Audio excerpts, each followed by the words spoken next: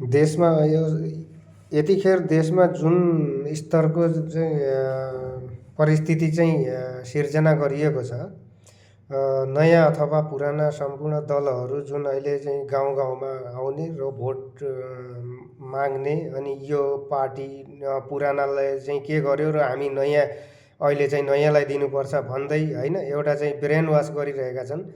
र नयाँ अथवा पुराना जुन दल जुनसुकै हुन् होइन, राजनीतिक दल जुनसुकै होस्, नेता सबैका फल्छन् फुल्छन् र नेता सबैका मोटाउँछन्।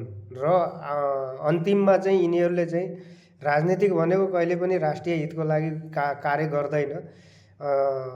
खासै भन्ने हो भने चाहिँ एसियाई मुलुकमा चाहिँ राजनीतिको आवश्यकता पनि छैन। र यो चाहिँ राजनीतिक भनेको के हो भन्दाखेरि आफ्नो देशको चाहिँ स्वाभिमान बेचेर आफ्नो चाहिँ रोटी सेक्ने चाहिँ एउटा चाहिँ नीतिलाई चाहिँ राजनीतिक भनिन्छ। र यिनीहरू चाहिँ अहिले जुनसुकै दलहरू आएका छन् चुनाव प्रचार प्रसारको लागि, यिनीहरूलाई भोट होइन, यिनीहरूलाई चाहिँ सिधा गोली हान्नुपर्छ। यिनीहरू राष्ट्रघातीहरू हुन्।